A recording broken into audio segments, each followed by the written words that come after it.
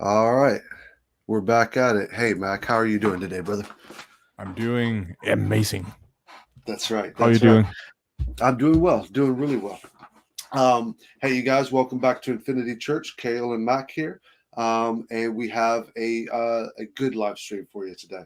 Not that the others have been bad, but I think this is a particular topic that both you and I uh, are particularly motivated on, particularly drawn to the realm of personal development, self development, career development, um, and kind of an orientation towards the realization of dreams, goals, um, and the attainment, the pursuit, and hopefully the attainment of true success. So I say we jump right into it. Yeah. Go ahead. I'm sorry. No, no, Yeah, yeah. no. You are in the flow. Like you talk, No. Kale. Well, Okay. So what where I wanted to start is kind of the domain or the area of life that we see uh, characters like Andrew Tate speaking into right now, where it's as opposed to uh, leading full lives. It tends to be, or it seems as if men in, especially in Western civilizations, tend to be leading uh, lives of quiet desperation, as they say. Right? Um, we are all too often stuck in 9 to 5. Um, Various levels of success, even in there, but um, many people, most people, living paycheck to paycheck, um, having desires and goals, and either never acting on them, or never dreaming them up, never never thinking it's possible to begin with, or never acting on them, um, or simply giving up. There was a book, I believe, by Napoleon Hill, maybe, or maybe one of his somebody who followed his work called 4 Feet from Gold, and so either people who never dare to think it's possible in the first place, people who never take a step towards actualization or realization of a goal or an ideal, a worthy goal, worthy ideal, or those who give up right before, presumably, or in theory, right before they might have succeeded. Um, kind of in that general domain, how do you find the state of men and modernity? yeah. Today it's. I would say it's in the West. It's at an all-time low, and we can see that in the statistics too. It's really bad regarding just the increasing anxiety, depression, suicide, especially among males, but also females. But it looks like at in general males are behind regarding like dropout rate of like higher educations, and but I would say the larger problem behind it is just as we talked about before, that people don't have the, let's say, the manual for their own mind, like how to be the cause of your life instead of the effects of your surroundings. And it seems like that most people are living unconsciously as an effect of the environment, their conditioning. So they don't have any sense and feel of control over their life. They are like a victim of their emotional states they're in all the time, and they don't seem to know how to get out of it because no one ever taught them how to get out of this prison they're in. So if somebody tells them that they're unworthy, they will think that's the state most people are in. They get sad and then they crawl into their room and cry because somebody told them that they are unworthy. And I think this is the level of depression that we are in, especially in the West right now. So what I like to bring up is the whole talk about how do you get the manual for your own mind, and just by realizing that there is a manual for controlling your mind and to get the success you want, it gives people hope because then there's a way out of it. There's a way out of returning the whole system. So you can be the course of your life now in any direction you want. Just noticing that that's possible should get most people to lift their hands up and begin to find that answer. And it's especially interesting in the context of a spiritual religious community, because you can see that online. There is like millions of people that have, like, they are experiencing a full depression, that are real believers. They return to God for answers, and they're doing affirmation prayers. It doesn't really seem to work. Also, it's really sad, and it's because it doesn't really have something to do with God per se. It's because they don't know how to uh, get to the root cause of these issues. And the root cause of the issues is really simple. It comes down to your core beliefs, the beliefs that are installed in you since childhood. And this is really key to understand, that these programs, these beliefs you have, they are often unconscious. They exist at such a deep structure in your nervous system that you don't even know you have them. It's like consciously at the surface structure. When you get mad at your girlfriend because she talked to a guy at the grocery store that was working there, you will become jealous because you think she's cheating. You don't know why you get all upset and angry. That can be in the surface structure. You just think, no, she's the one who caused me to feel like this. But then if you did the work, you found down deep rooted in you, like 20 layers down, there was a deep held belief that you are unloved, unworthy. This is why you lash out, because you are scared of her leaving you. But that's operating in a subconscious realm. Consciously, you will think something completely different. And this is key to know, because that means that like 99% of your reactions have nothing to do with the people in your life, nothing to do with the surroundings, nothing to do with your environment, has all to do with your own belief systems that you're unconscious of, that are operating you. When you get down to that basement where it's all programmed, and you get there and you can watch it, and you can like reinstall it, and you see that it's changing your whole perceptions of things now, then it gets really interesting, because now the question is, what do you want to program? What do you want to feel? What do you want to Yes. experience? And then you can begin to create. And this is, if you bring the spiritual religious part of it, this is what you're intended to do, to create an experience and expand, because you're only here on earth for two things, I believe. It's only to connect and evolve. You like just connect with humanity and evolve. That's the only two things: to find yourself, experience yourself on a deeper path, and evolve, breaking down layers of false conditioning and resistance, and just becoming your full self, is essentially just getting rid of fear. In If that makes sense. Yes, absolutely. Yes. So a number of things that you just hit on there that I think are we're going to be focusing on. I think you're absolutely right at that. It seems as if males and females both very often feel too at effect to life, as opposed to being able to maybe bad verbiage, but as opposed to being able to impose their will uh, as they need to, or as they would otherwise like to. Um, and I think that you also touched on probably the crux of the issue, which is, if there's an individual who has kind of hit rock bottom, let's say he's secular otherwise, and um, chooses to seek religion out for a fulfillment or a degree of purpose or direction that he wasn't able to find in life before.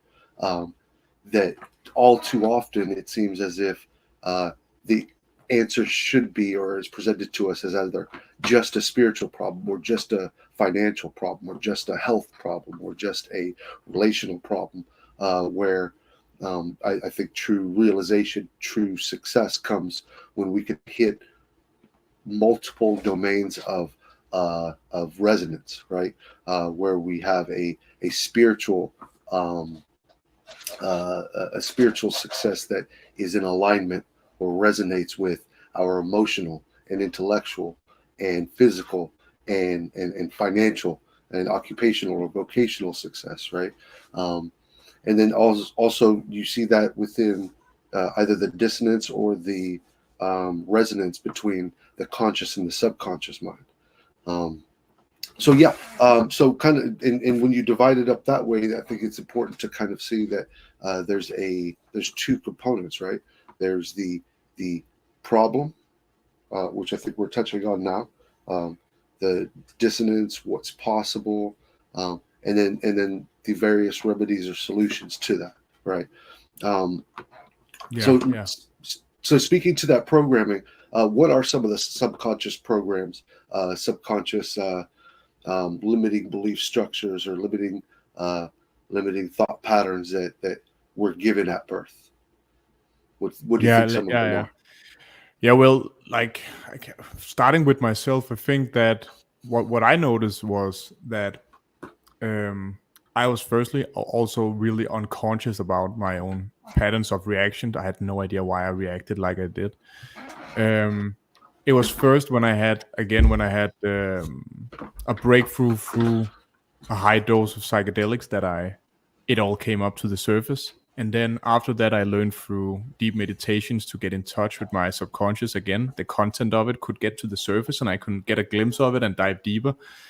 Um, so there's a lot of hidden patterns down there. Like one of the most, I would say, the number one universal pattern that is everybody deals with is the self-worth or self-love, and this is crucial. It's like the fundament for all the other problems, and I had that myself in a really bad way. And if the pattern is just this, and it's so universal and so um, important if you want to feel great in life as a child, and as a young adult.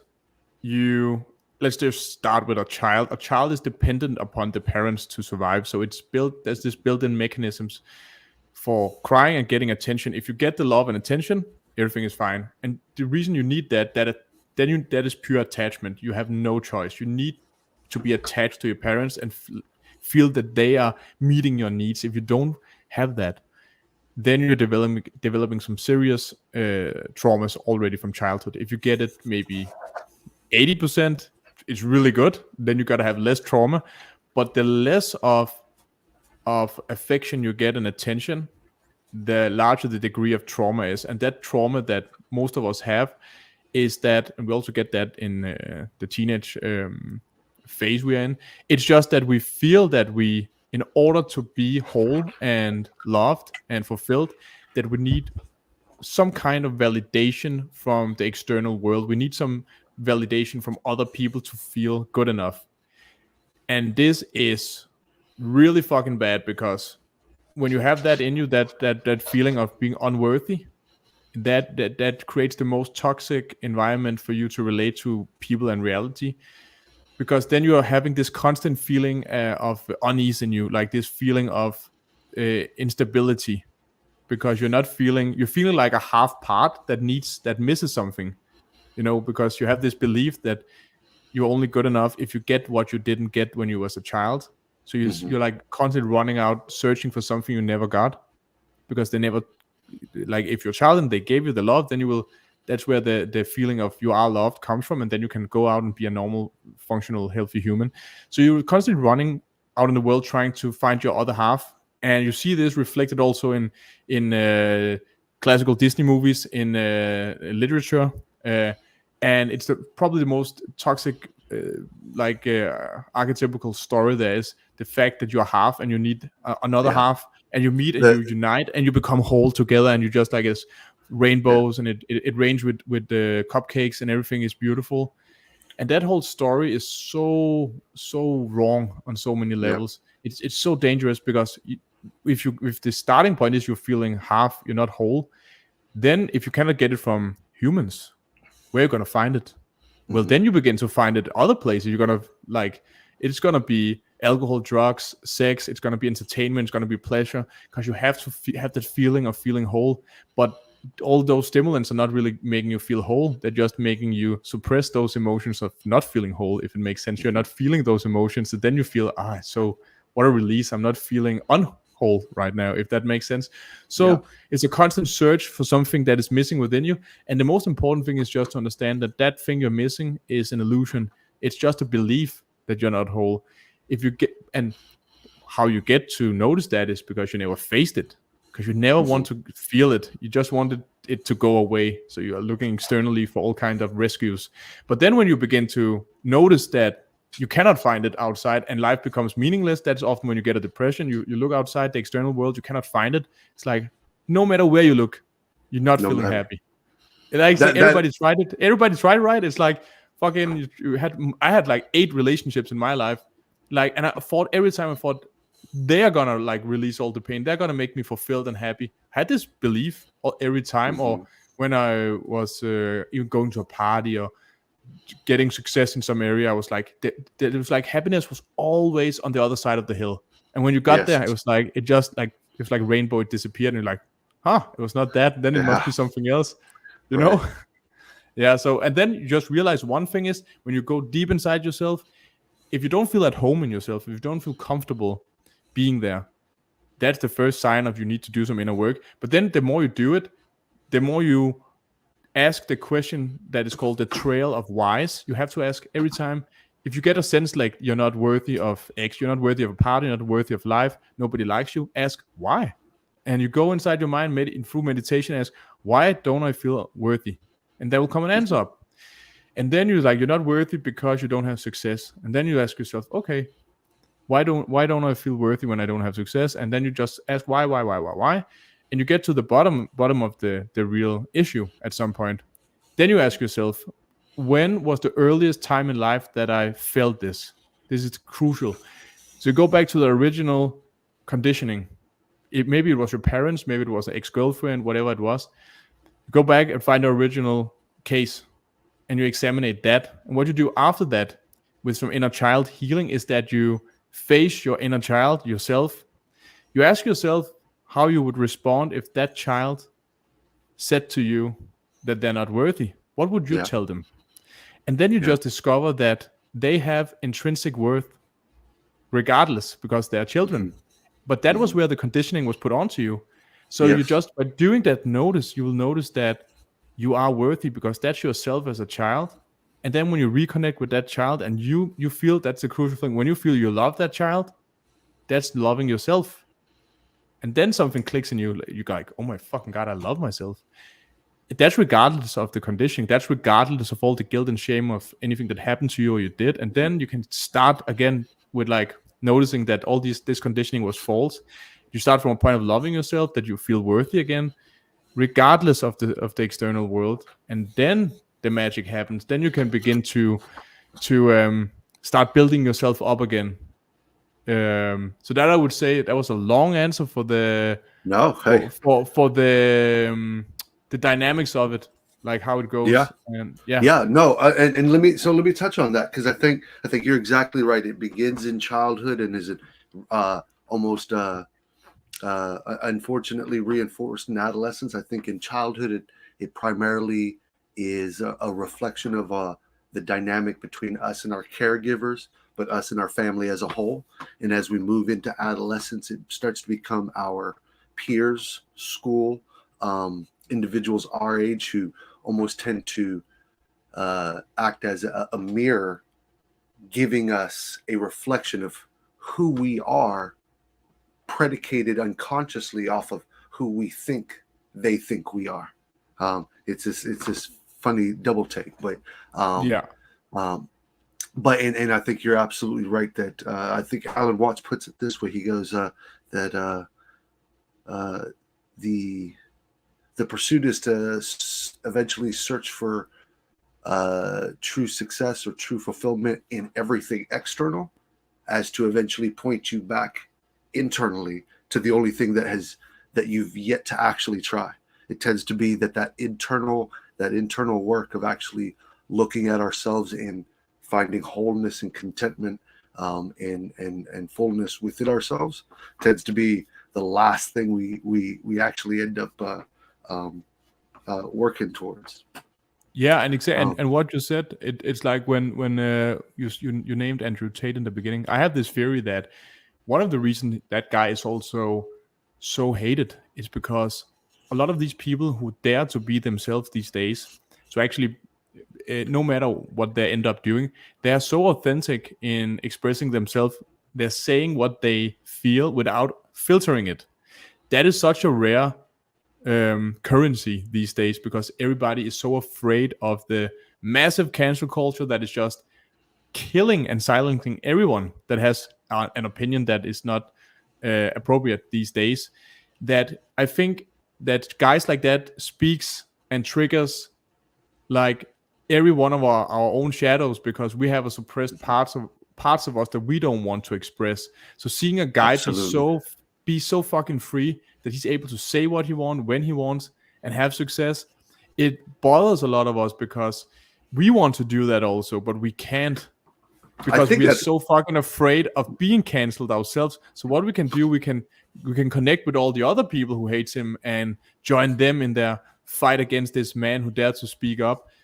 But the point is not if the content of his words are true or not. The point is just that triggers a lot of people that this man dares to say what he thinks because he didn't submit to the current narrative. So I think that's also how our mind works, that we can get triggered subconsciously on such a apparently collective scale without noticing it. Because what would happen if everybody shared what they thought and felt all the time? Like people are afraid of that. They're afraid of the direction it would go. It's like, but ultimately it's being afraid of the truth coming out. When you have a marketplace of ideas that is free, don't have to be afraid. What you have to be afraid of is the control of that marketplace of ideas. yes. If you are sharing ideas freely and there's no violence and coercion, it's going to be the best ideas that are winning because you're sharing ideas, you're testing them, you have like a measurement that is logic and reason. And you can also dive into the subconscious now. People are bringing that to the table also. And then we could collectively have the ideal of truth that we're seeking. But there will always be some idiot coming in and saying, I don't like this, that triggers me, let's shut it down. And then they're beginning to like shut down free speech. And then Yeah. you just see a denial of truth, a fear of the truth, because it doesn't maybe adapt to current narratives. And the point is just that none of us individually can in our lifetime accumulate all the data for knowing what is true. That's why we need each other and a marketplace to talk and have a dialogue. When you shut that down, then you see all of this happening, the fear, the anxiety, everything, and people not being themselves. Because as we just talked about, it's like mass people pleasing maniac that is that is happening right now. Nobody dares to be themselves. Everybody put up a fake front, push their self in the background, and just live through that fake filter to out of fear of being shut down because they want to be liked and they want to be not shut down. So it's just like mentally, like it's a fully psychotic nightmare Yeah. for our soul to live in this environment. Yeah. Mildly said. Yeah. No, I couldn't agree more. Couldn't agree more. So what do we do when we find ourselves at that place? We find ourselves. I found this. I found myself here actually. Let's call it 9 months before I realized infinity. So I'm 30 Mm. years old. I'm 30 years old. I have a finance degree. I've been in my field for 6.5 years. I loved finance in college, and I loved, thoroughly enjoyed the money and the career path I had taken up to that point. So I'm 30 years old, been an advisor, and now I'm a territory manager at an annuity company. Right, making great money, more money than I'd ever made, and it had a degree, was working in my industry, had been plugged into a great church for about 3 years. I was actually about to lead a spin-off group of the small group. I'm sorry, my dog. Was actually about to lead a spin-off group of the small group that I'd been a part of for the past 2 years. Right. Loved my church more than I love my field, honestly. Um, and had been in my faith for about 5.5 years as well.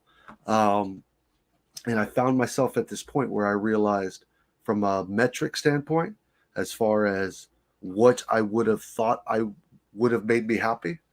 I realized at that point I had everything that I would have wanted 4, 5, 6, 10 years ago, right? I'd been working for this more or less since college.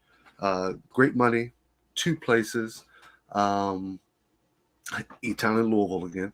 Uh, Great money, two places, great church, great career, working towards the development of my career. And I had everything you would have wanted, or I thought I would have wanted.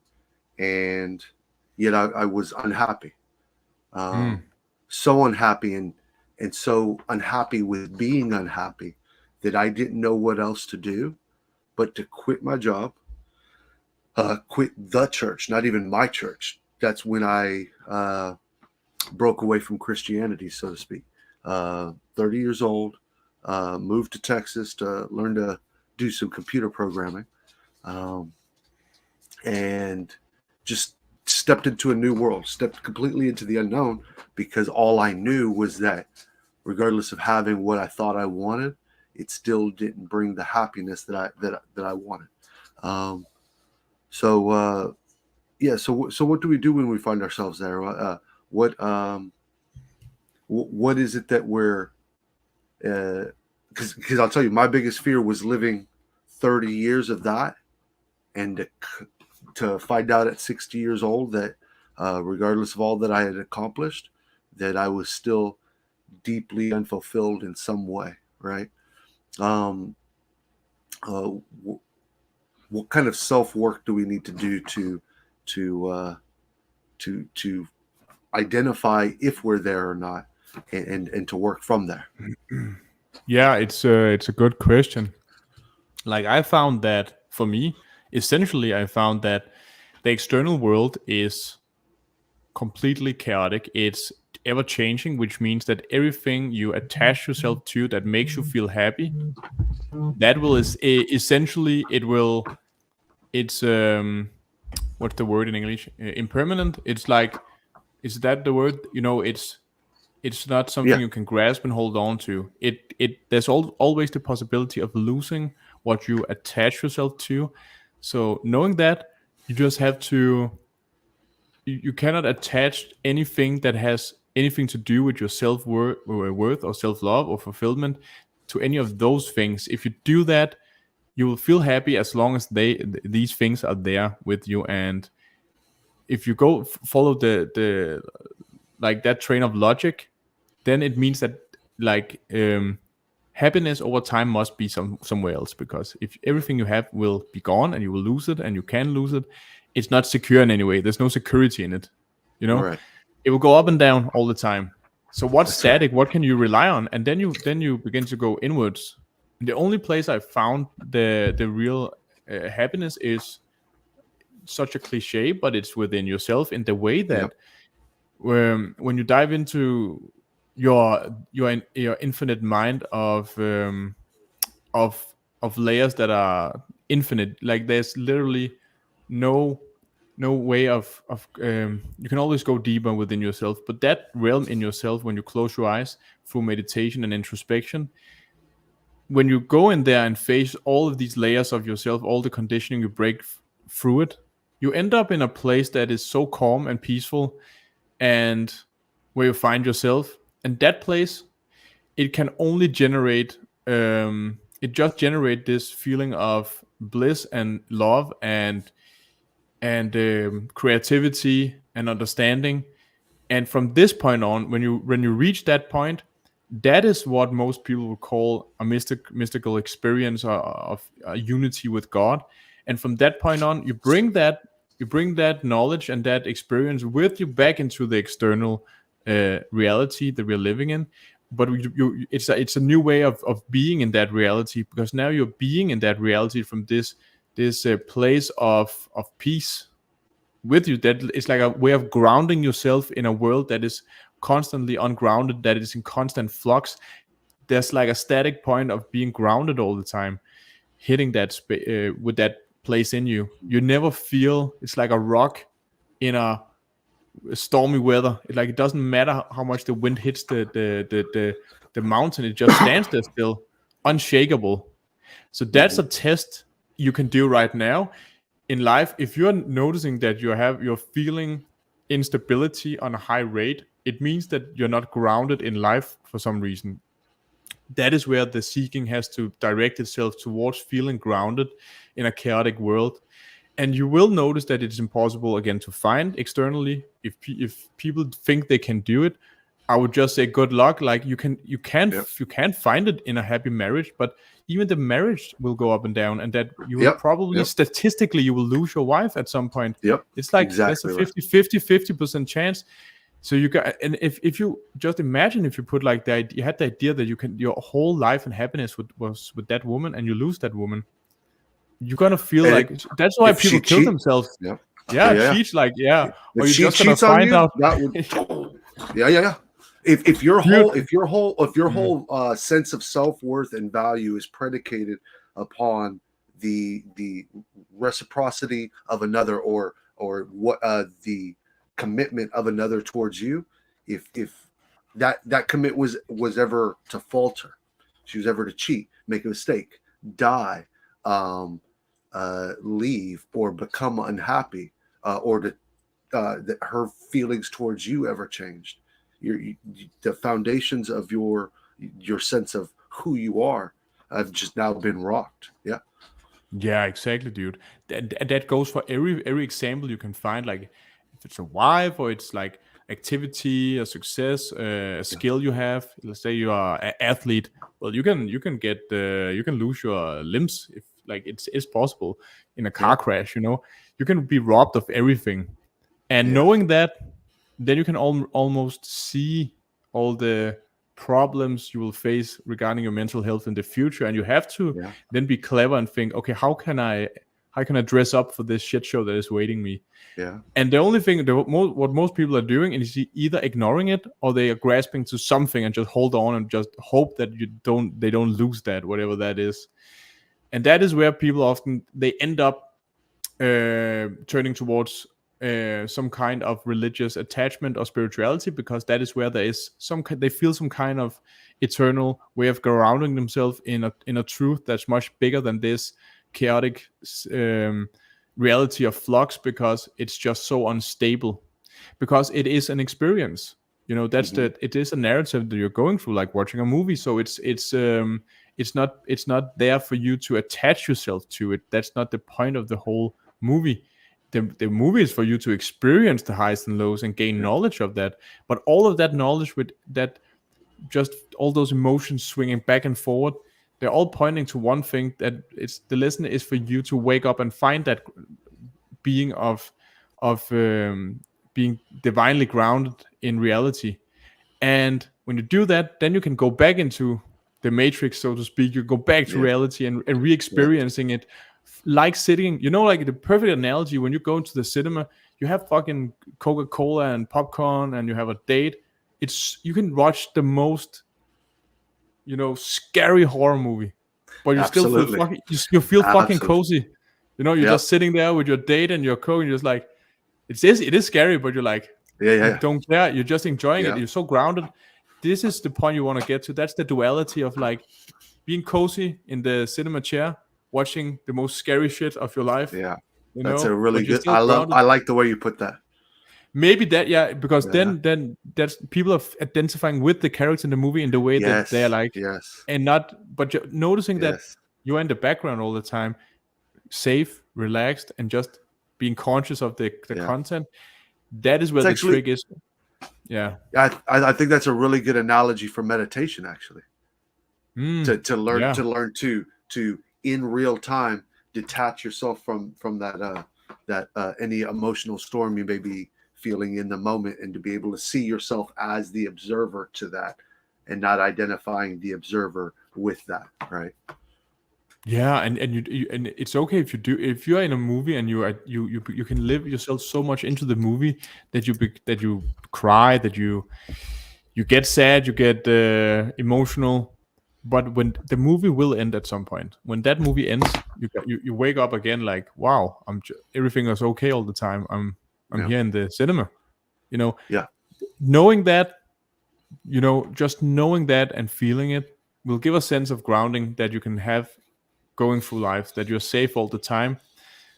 but if you don't, of course, have this realm inside of you and haven't found it, then it's gonna be tough. Then you can only rely on your attachments, and since they're not securely in any way, shape, or form, then you will live a life in fear and anxiety of losing. Yeah.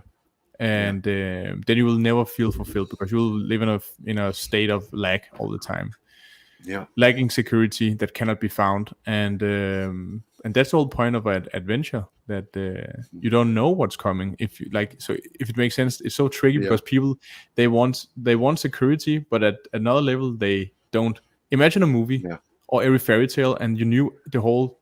What's the point of reading a book if you knew the content of it in advance? Like, it doesn't make any sense, right? Perfectly. Like, yeah. Like, Alan, you don't Alan, like.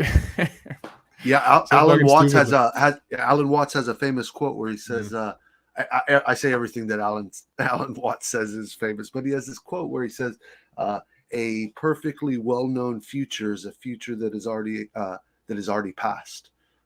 If you know it perfectly well, it loses that pop, that appeal to have experienced it in the first place. It's like listening to your favorite music or favorite song so many times to where you just don't even want to hear it anymore, right?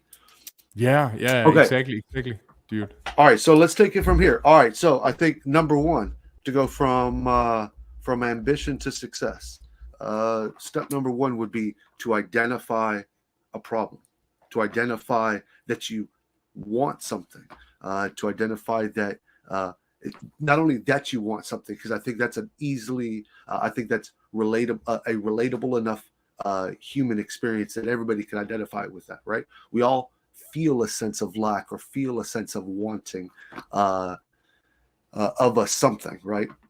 But realizing that, I guess, getting to the point where we've realized that whatever methods or tactics that we've employed thus far have not been working. Just coming back to what you said, going from having searched externally so much to where we realize the problem is that maybe it's not an external solution to an internal problem, but perhaps that the problem is to look internally, right? So to identify that what we're doing isn't working, to identify that there is a problem. I would say, and this, you cut this pie in 1,000 different ways, but maybe step number two would be something like to be resolved to change, right? How does that self-work begin? That let's say we've identified that what we've been doing hasn't been working and that we really want it to work. So we've identified a problem, and that now we are at the second stage where we need to commit to that change. We need to resolve ourselves to find a solution to that problem that we just identified. What are some important steps there in this resolution aspect? Do you think that changing our approach, making a 180, is oftentimes really easy, or does it take oftentimes does it take a big stimulus or impetus from life to It is really easy. I would say it's really easy. It's just for some people, they have a hard time breaking through. The best trick is just doing this. Let's say you want to do anything. Let's say you want to do stand-up comedy. Most people fear that shit. I do too. Yeah. I'm actually going to do it as a it's like this improv comedy shit, because it's so fucking it wrecks your ego in a really good way. But if you want to, let's say you want to do that, you want to be a stand-up comedian, but then you feel, the keyword, some resistance towards it. There's something in you that says, don't do it. Like, you want to do it consciously, but you also feel something in you inhibiting you from doing it. That's the key. That means you have a conflict, but you want to do something, which means that deep inside of you, there's actually some part of you that you have a calling. And that's because you can make this is fulfilling you in some way. Then when you feel resistance toward anything, that's where you have to go. Most people feel the resistance, they go like, okay, I shouldn't do it. That's the order of it. You never just feel like, oh, I don't want to do stand-up comedy first.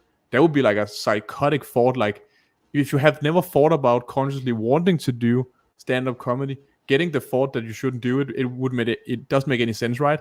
Like having that thought pop in your head, like don't do stand-up comedy, it would be like a voice from somewhere. Like I never thought about it. Why should I not do it? So the order is you actually have a calling for something, and then you get resistance toward it. That there was a deeper calling, something that you wanted to explore, and then you're shutting yourself down. So the point is, when you feel inner resistance, that resistance is where the solution is to getting to the desire. So that resistance is something that needs to be examined. So you have the resistance to go to do stand-up comedy, and you go like, you go in yourself and feel like, why do I have resistance? What am I? And the answer will always be something to do with fear. So you're like, why do I fear putting myself out there? And you will get an answer. You will get the answer like, you're not funny, or people won't like you. Something will pop up and you have to be curious. Then you'll get more resistance. Yeah. I was just gonna, they'll see you for who you think, for how you, they'll see you'll be afraid they'll see you for who you really are, which is not enough, right? Yeah, exactly. Insecure, and you're making a fool out of yourself. People they're fearing that they will laugh at you in the bad way, as a comedian. They'll throw things at you, and not with you. Yeah. Like, and it is, and then you will just block yourself, but then you notice, if you are coming from it with a curious mindset, and knowing that the way to become the comedian, like a successful comedian, is actually doing the inner work, finding out. Then you have to be curious of why you have resistance towards it. When you know that that's the cure for it, then you can do it more in a more easy way, without resistance towards the resistance, because then you can just dive into it and go like, okay, I have fear of this. I have fear of doing it because I'm afraid people would laugh at me in the bad way. And then you ask, why do I fear that? I fear that because that would mean that I'm a failure at comedy. And then you dive all the way to the bottom of it. And then when you're out there, you're just gonna build yourself up again. You're gonna ask you that, and sometimes that's where you need a coach or therapist, but you can learn to do it yourself. It's called reframing. You're challenging that belief at the bottom of all the layers, and you ask yourself, for example, how can I become? How does people become comedians? If let's say the bottom of the questioning was, I'm gonna fail at it, then you can ask yourself, how is failing the reason why you will succeed? Like it's called reverse presuppositions. You're reversing the presupposition. So you ask yourself, how is failure the reason why I'm getting success? Because now your belief system is failure is gonna mean that you're not getting success, and then you'll notice that failure is what creates success, because the failure is what you have to go through to get the content out, what you did wrong. You cannot know what to do right if you don't know what you're doing wrong in the first place. That's right. Nobody goes up on a stage and just kills it from the first day and just like massive success, never had to work on their comedy stuff anymore. Never happens. So you just learn that actually going through that failure is the key to getting to the success. Completely reverse to what you thought at the beginning, because most people have the idea that first time you do anything, if you don't get 100% of success rate, then you are a failure. And with that knowledge from doing that brief shadow work, you will go into the comedy session knowing that getting laughed at, becoming a failure, having like maybe people thinking you are awkward, even thinking you're a fucking loser, like whatever. That's actually the way to collect the information of what you did wrong and what you did right. And some people also experience that they actually did quite good. Maybe they were like 25% of the jokes were actually making people laugh, and maybe 75 was not. And then you go, okay, I can do this better. I can then begin to collect data on it. And that's how you do it. Anything. You want to be a comedian, that's the process of it. If you want to be good with women on relationships, that's also the way to do it. You cannot know what you need to do better if you don't get feedback. You need the feedback. When you understand that, you can actually throw yourself at anything you want and allow yourself to fail miserably, because that's how you get the information, the feedback, if it makes sense. But if you're afraid of the feedback, then you have a conflict between, you need the feedback to get the success, but you also want the success. So it's like you cannot get around it in any other way, because if you don't know how to get to the top, you need to know what's holding you back, and that's information essentially. The information comes from failing. That's where you get the feedback. So with that, it becomes a win-win suddenly. Now you can just throw yourself at anything, because throwing yourself at anything will give you the feedback you need to get more successful. So there's just like some belief about, then it becomes the end of, you don't maybe like the feedback. It's like, okay, well, you have to, then at that point, you just have to make a choice, like if you want to live a life in fear of even get the information, or if you want to get the success, and then you're just gonna go in circles again and again. But that's, I would say, the process of it. Throw yourself at anything. There's you can only move forwardly, even though your mind tells you otherwise. You're getting closer. Yeah. I have so many success stories of this. Like, it's so fucking crazy. With women, for example, after our ex dumped me and I was like miserable, had like almost was in this depressive state. I was having all these limiting thoughts about that women didn't like me and I was a failure and a loser and all that with women. And then I just thought, okay, I'm gonna fix this. So I'll just start talking to women again, and everywhere, bars, at the gym, at like fucking crazy places, like nobody would thought of speaking to them. And then by doing that, I just collected so much data on what worked and what didn't. I was getting so conscious about how the dynamic between men and women were actually functioning. But I failed so many times, like you have no idea.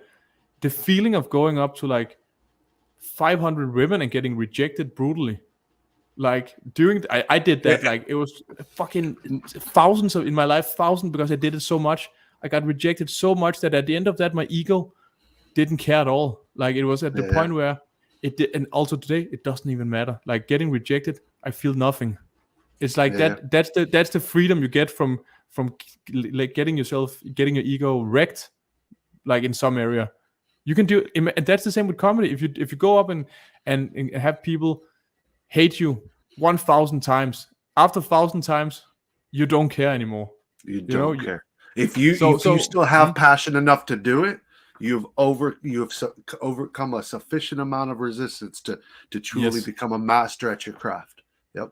Yeah, exactly. There's no resistance left, because you've been through it so many times that you numb yourself to it, and you challenge the belief system, because that will be updated as you go. When you actually see that people will, not after 1,000 failures, but after maybe, let's say, worst case, I don't know how it is in comedy, maybe 20 comedy shows, you will only see people laugh more and more.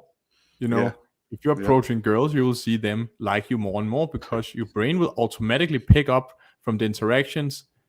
It has a navigation system, so it will filter out what didn't work and what works by itself. So you only thing you have to do is throw yourself out there in the domain of where you want to have success, and then that's just it. And then you can see it as an adventure of just challenging your ego's comfort zone. That's all what it's all about in the end. There's no movement if your premise is that your ego cannot be challenged. Then you're gonna not move an inch in life, I would say. You will never take hold of opportunities to prove yourself wrong or to be proven wrong, right? If your ego is too fragile to be destroyed, or too fragile to be pushed, right? You'll never put yourself in opportunities to find out it's not enough, right? Yeah. So if I'm hearing you right, the key to developing a resolve to overcome the problem that you've identified, the resolution or the resolve to overcome the resistance to it, comes through reframing. So the resolve to overcome resistance comes through reframing. It's like challenging the core beliefs in your subconsciousness.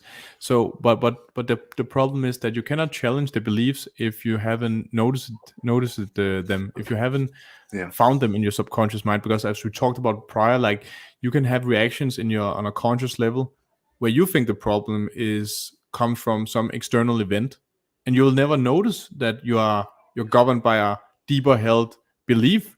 So you first have to. That's why the inner work, the shadow work, is crucial for development, because you have to notice that, oh my God, I have this feeling of feeling unworthy. That's like 90% of people. So, like, everybody has this at some point. You have to go and look at yourself. And for most people, that's what they don't want, because it's so devastating for the ego realizing that you don't like yourself. It's not, even as a man, like saying to your girlfriend or partner, "Hey, girlfriend, I just realized I don't love myself." Like, for people to say that, it's most people don't want to do that. They just want to Yeah. live in the denial of that, all that self-hatred, and just move on. So the first step, acknowledging the belief. When you have that and you notice, like, finally I have a lack of worth in my life, I don't feel worthy enough, then you can begin the reframing with the for example, just it's the inner child healing. It's a good example. It works where you rediscover your self-love at a fundamental level, but you need to find out where in the timeline that the conditioning was programmed, and go to that happening. There's always happenings, and you have to go through all of them, digging them up and examining them, and you'll always find that you love yourself. That's the beautiful thing. You'll never look at your inner child, 3 year old you, Right. and say, "Fuck you, Mac." Like, I Yeah. fucking hate that 3 year old. That 3 year old did nothing. It's just, it No. cannot do Yeah. anything.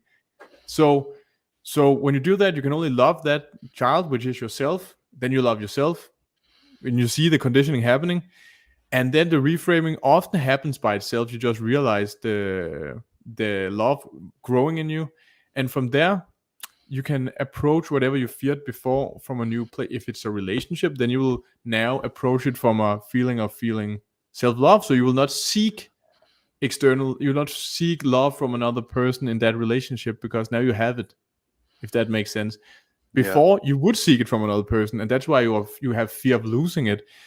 If you did that work and you have a partner, you can actually have a relationship without any fear of losing that partner, even though it sounds crazy in most people's ears. No fear of losing them at all, because it's like, Yeah. instead of being two halves meeting each other and being one circle, it's like two circles, and then they cross, and you can see, like, there's like a circle in the middle. That's like where Yeah. you meet. You share Mhm. that, but you have your one foot in your own life at the same time. You're not losing Mhm. yourself in the relationship. You're not jumping in with both feet, because you need some other part of them to fulfill you. In some way you do, but that's regarding some shadow work theory. But you don't need it as a way to be whole and feel loved and feel worthy of anything. You're attracting people based on, of course, they have consciously some trait integrated that you have suppressed in your subconscious. That is in your shadow. That's how it goes. But the thing about feeling whole and loved and worthy, that has to be in place before you enter a relationship, I would say. Yeah. Otherwise, that relationship would be a lesson that will bring Yeah. that pain up somehow. Yeah. Yeah, no, I think especially in terms of intimate relationships, that it can be very paradoxical in that way, that the degree to which you need, you have this feeling of a need of somebody else, is the degree to which you can't hold them or have them. But the degree to Yes. which you're free from the need of them, and you're with them voluntarily, or that they don't validate your self-worth, but are rather attracted to your self-validation, right? The degree to which you need somebody is the degree to which you lose them, and the degree to which you don't, I think, is the degree to which you attract them to. um, 100%. And think about it, you yeah. consciously want them, but if you subconsciously fear losing Yeah, them, losing them, yeah, exactly yeah, right. dude, then if you subconsciously have fear of losing them, it doesn't matter how much you consciously want them, because then your mind will come up with ideas of how to not lose them, and that is equal to some form of manipulation tactic or control that you will, or power games, power plays you will do on your partner to keep them. Because the fear of losing, you cannot have fear of losing them and don't care about that fear. Like, that doesn't make any sense. You Right. cannot. It is there. If you suppressed it, you just pushed it down where you cannot see it, and then it will operate from there. It will make you become manipulative in some area, because if you have fear of losing them, you will try to make them stay, because you have the feeling that they will leave you. So there's no way around it that you have. But imagine you have no fear of losing them, then there's a free flow of being with them, and then you will actually have a healthy way of relating to that Absolutely. person, because there's no fear. Absolutely. That is the most attractive trait anyone can have, actually. If you notice, like, when you have a with a person that is not afraid of losing you, it makes you almost, if obsessed. It can make people obsessed with that person because Mhm. then if you have that trait, you'll like try to make them become fearful of losing you because you cannot Right. understand that it's possible of them to actually love you but don't fear losing you. You think Yeah. something is wrong with them. Like most people would go think that they will actually think that they're not loving them. Mhm. That's because most people are conflating love with attachment. So they think that love is you not being able to live with someone else. Like if you cannot live without that person, that's love. Like that's Yeah. attachment. That's Oh, not yes, love. that's exactly right. Yep. Because it's love and attachment, it happens simultaneously in a relationship. That's why we're conflating the two emotions, because they're like inside us at the same time. When we see our partner, then we're like, you feel love and you feel attachment, and then those emotions somehow becomes mixed together and you cannot differentiate them. And that's but when they get separated, when you get the attachment away and there's only love, then you just want them to be happy. And Yes. then then Yes. uh, then then the whole attachment part are not ruining anything. Then they're free to go if they want to. They're also free to stay. And yeah, and that's the peace that's the grounding you're actually seeking, because people can imagine this state of being where there's not that fear. And it's quite appealing because you don't have the ups and downs anymore. Because the problem is, like we said, there's two parts of it. It's so scary, because the first thing is you feel on a whole, unfulfilled, unworthy. So you seek out a partner that can make you feel whole again. But then when you get that partner, you thought that you would feel whole and happy. Instead, you have now the fear of losing them. So Yes. Yes. it's like winning the lottery and then noticing it's not you got something else. It was not that. It's like such a bummer. Like you're like, fuck, man, like now I have the fear of losing them. And some people Yeah. can know this like already when they think about, like, I want a partner, but then they know, fuck, I also know if I got the partner I will feel losing them. I wouldn't even enjoy it. Like, what a horrible way of dealing with relationships, man. And then you lose them because you fuck up, because you sabotage it. And then you at some point you have people are thinking, they're like, go like, I have done this 5 times now. It's the same pattern, the same procedure. Like want a partner to save me, get the partner, I now have fear of losing them. You lose them. At some point, you're thinking there must Right be some back. other Yeah. answer, Hmm. and then Yes. you get to this conversation Yeah. essentially. Yeah. Um, Okay. So let's say we've identified the problem, resolved to overcome it. The bridge, I think, between uh, resolving to overcome a problem and the success is the planning and execution stage. Let what what could you say to the planning stage, which I think you would tend to agree with me. We haven't spoken about this yet, but the planning is actually the easy part. I think. I think there's 1,000 different programs. I think there's 1,000 different strategies. I think obviously uh, every strategy, tactic, plan is highly variable and tied to um, the specific path, right, or the specific success that who wants to attain what, right? But yeah, what can you say towards just the planning aspect? Uh, planning to from go planning to go from problem resolution to success and attainment. yeah, I would say that for me, it's the key is passion, and that comes from you feeling intuitively what gives fuel to what you're doing. Most people are living a life where they have no passion around what they're doing, and they're so afraid of going into their own passion and using that as fuel for their success, because they feel that maybe it wouldn't you cannot make a living out of that. But I really believe that you have an inner calling that you can feel, like we talked about with the some people dream about becoming a comedian, and then they have the resistance towards it. That's essentially what's happening. Every one of us on earth, every individual has a calling. It's just a time of when you discover that calling. But when you get it, it doesn't matter what it is. You don't have to overthink it. For some people, it becomes a niche in something that is ridiculous. But whatever it is, you know right now what makes you passionate. everybody, if they thought about it, they would be like, oh yeah, fuck man, I love doing that. That was makes my life meaningful.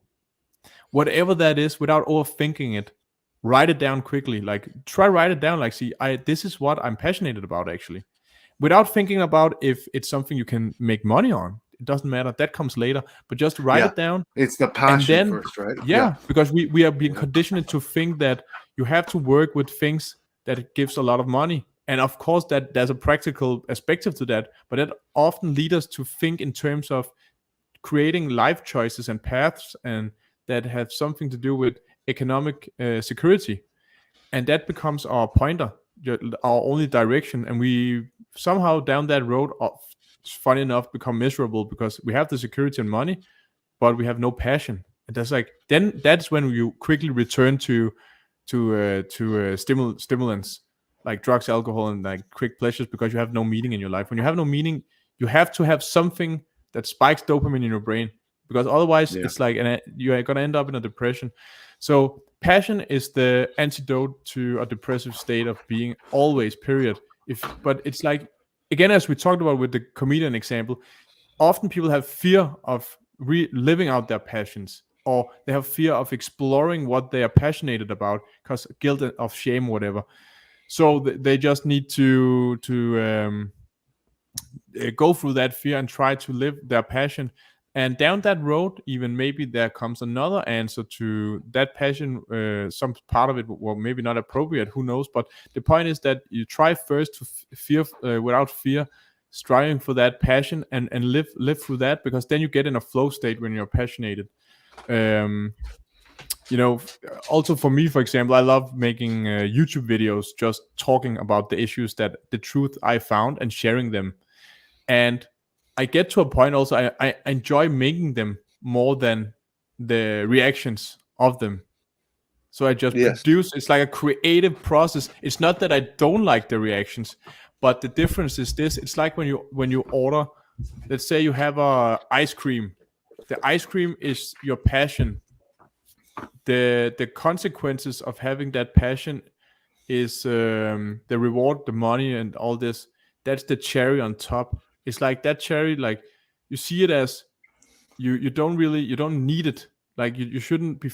It's okay if it's there, but you don't need it. You have a fucking ice cream, you know. So the topping is all the external stuff that you overthink about often.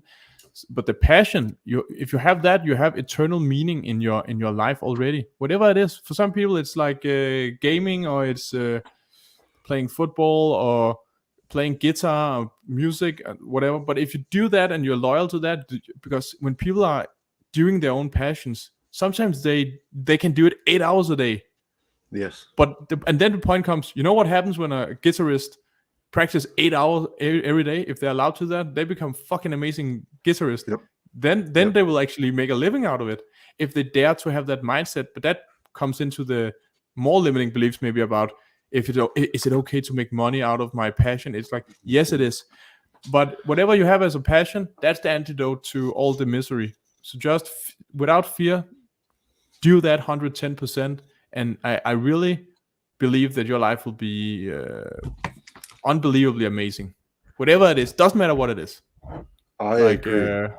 So actually, I think just to sum up real quick, if you don't mind, let's take a break because I think this is a perfect spot to come back on. But I think if I can sum up what you're saying, is that if when you're passionate about something, truly and sufficiently passionate about something, that the right plan is one where you focus on the right execution, trusting that the results will follow, not focusing on the results, but focusing on the execution. Is that more or less right? Yeah, like the yeah, exactly, dude. Like the picture I sent you earlier, it's from Rumi. Yes. As Yeah, you read start it. to walk, as you start to walk on the way appears. So Beautiful. passion is starting to walk the way, not knowing where it would lead. You have no idea. That's the essential wisdom of being independent of the outcome of your action. The passion is what drives you, but you have no idea. It's like an internal like internal map you're following, Yes. but you have no idea Yes. where it leads. You just Yes. you're like submitting to that, because submitting to anything else is gonna end. It's gonna end Yep. in a meaningful state of being where you just be resentful and hating your Yeah. reality, because you feel like it betrayed you. But in reality, you betrayed your own passions, whatever that is. Yeah. Doesn't matter what it is. I promise you this. We're going to take a break real quick. I promise you this. If you're not pursuing and realizing your dreams, you're pursuing and realizing somebody else's dreams. Yes, We'll be right back. touche. We'll be That's right back. correct. That's right, brother. See you soon.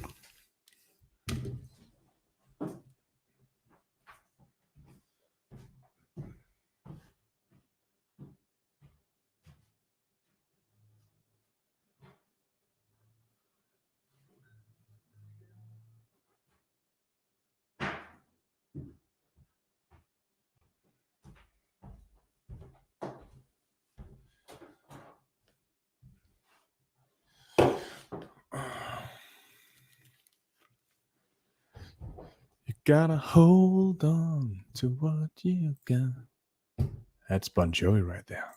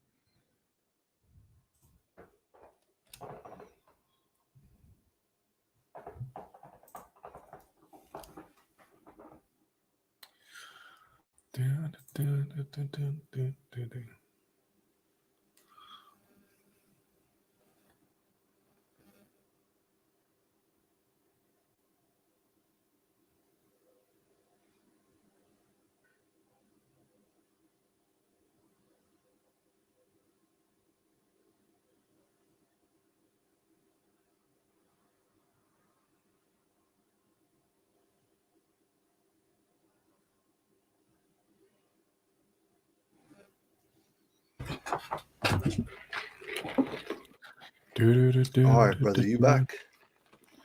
Yeah, man. Ooh. I'm back. You might. Is it on? Are you muted? I can't hear you. Is it?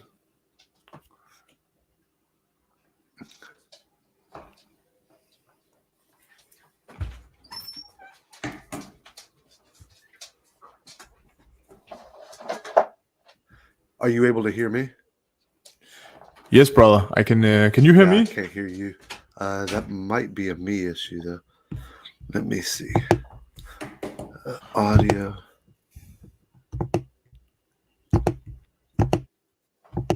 Yeah, no, mine seems to be up. I can hear you perfectly.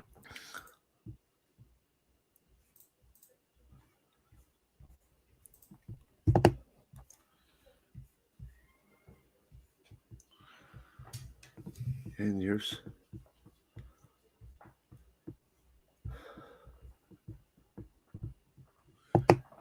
Can you hear me, Kael? Cannot hear you. No. Okay, that's weird.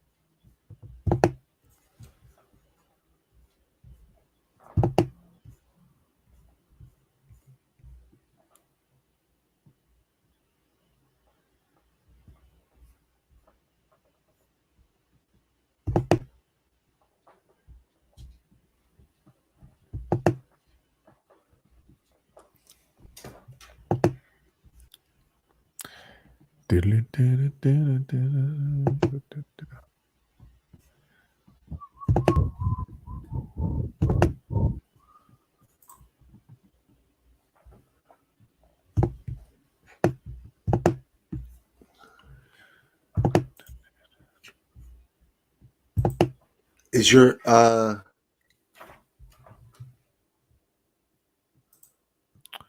Can you hear me now? is your I take it your is you on your end, is your mic showing that it's working? Yeah, it looks. Huh. Well, that is.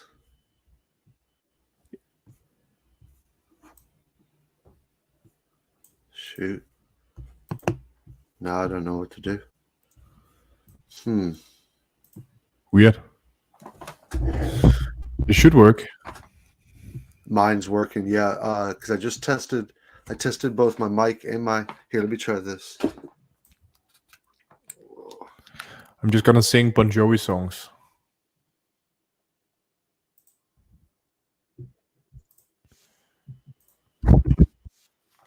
Uh,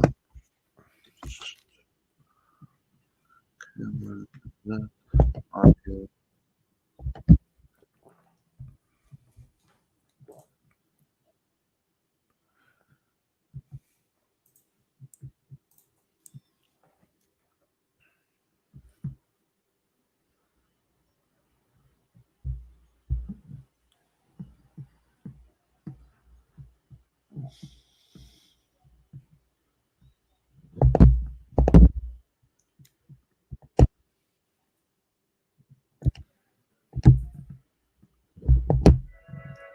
Okay.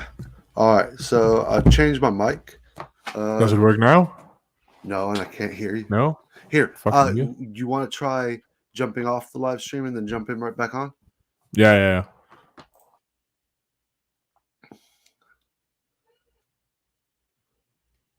The wheels in the sky keep on turning.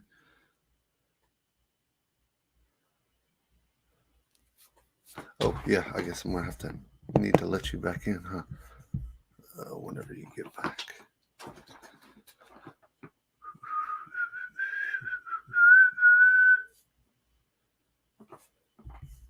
Droopy. I like that quote. Private chat. Yes, here we go. Yeah, there we go. There we go. Yeah. That's it. Let me double check one of my settings too, because now I got new speakers.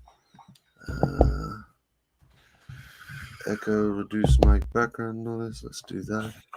Stereo audio. Perfect. Okay, that works. Perfect, man. All right, so we left off here. We left off. Oh, so I forgot. Go ahead. I forgot where we were leaving No worries. the conversation, man. Yeah. So we started with identifying a problem, and kind of coupled with that is the dictating or finding the resolve to overcome any resistance to tackling that problem or addressing that problem. and then we last spoke about strategy, right? Developing specifically the development and formation of a strategy to overcome overcome any problem that we have, right? I think the last couple of things that we said were along the lines of. I think the last thing that specifically that I said was that you'll find yourself in a place where if you're ultimately uh, not pursuing your own passions, not pursuing your own dreams, that you will just because of the nature of life and as it is, if you're not creating your own dreams, or if you're not pursuing your own dreams, uh, if you're not realizing your own dreams, you'll be realizing the dreams of another, right? If Yeah, I yeah, yeah. yeah, if I choose not to True. start my own business, but I work for somebody else, well, that business would have been my dream, but instead I'm realizing the dream of somebody else who started a business, right? Yeah. If I don't pursue my dreams, I'll be pursuing somebody else's, right? Dude, yeah, and I think we are so fearful of doing that, uh, because of that's maybe also where the critique of traditional religion has a place, coming from this more Gnostic perspective of exploring reality as a consciousness that wants to explore all parts of itself.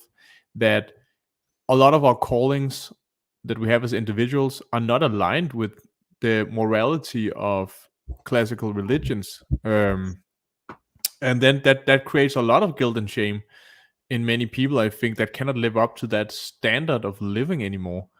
If they grew up with a belief set like that, and it doesn't have to be a religious belief system that you cannot adapt to, that your being is resisting. It could also just be your own culture that you're resisting. You don't feel alive in it. So it can make you end up places where you don't want to be. Like, for example, right now in my life, I as single right now, uh, I feel like an urge just to date a lot of women and have fun, you know. And I think it's for the first time that I allow myself to do that 100% without feeling any guilt or shame around it. Because I think in younger, I had the forced moral system upon me that would be wrong to do, being promiscuous, or um, having these wants and needs would be something you had that would be condemned morally or somehow. And then I tried to diving into that, and the only thing that happened was, in my soul, honestly, I felt so trapped and encapsulated, and I felt like just more depressed. You know, that if I saw a beautiful girl, I couldn't walk up to her and introduce myself. I felt like people told me that's wrong to do, and I was like, okay, well then I'm just gonna sit here at home then. And I just began feeling more and more depressed, even though I had a calling that there was so much more to life. And then when I began doing that, it was so amazing. Went on dates with amazing girls, had amazing moments. None of it were bad. It was like only fun, and I attracted, I would say, highly developed spiritual women. Actually, had the most intense, beautiful conversation with. Had a ton of fun.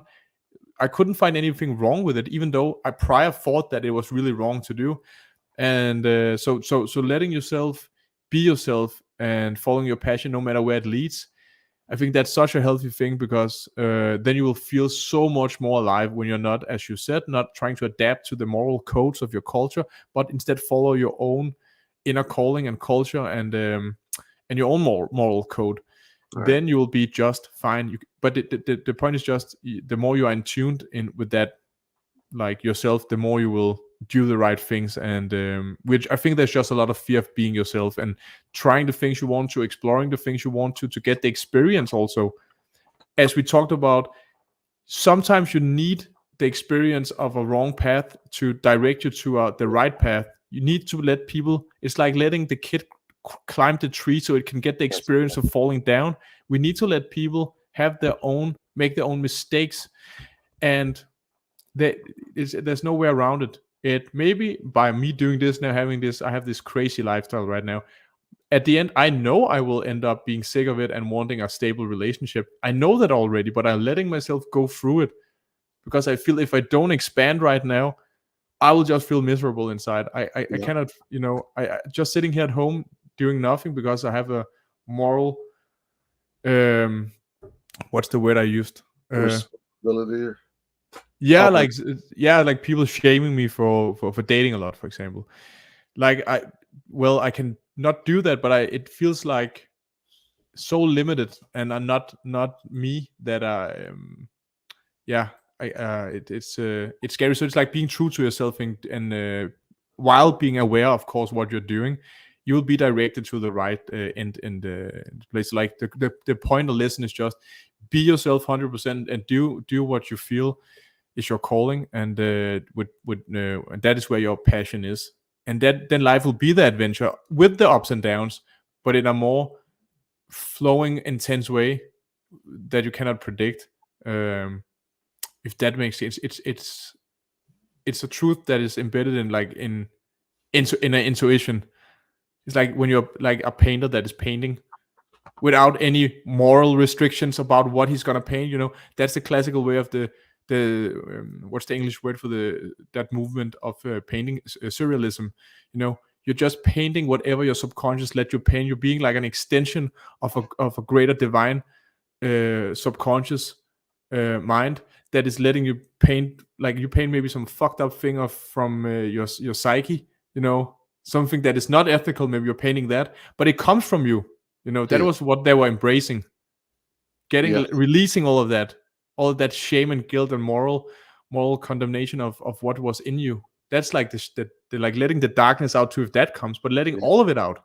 The Yeah. light comes with the darkness. So that's, I think, what I was trying to say. Be yourself in that way, expand with passion, and yes, you're gonna do wrong things too, but you learn for doing that, you know Absolutely. and Absolutely. expand through that.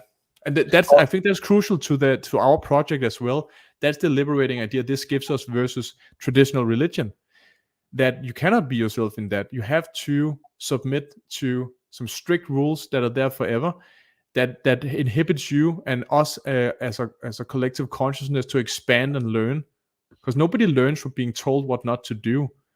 That's just following, like the kid getting told you cannot climb the tree. They don't have the experience of falling from the tree, even though the parents try to tell them.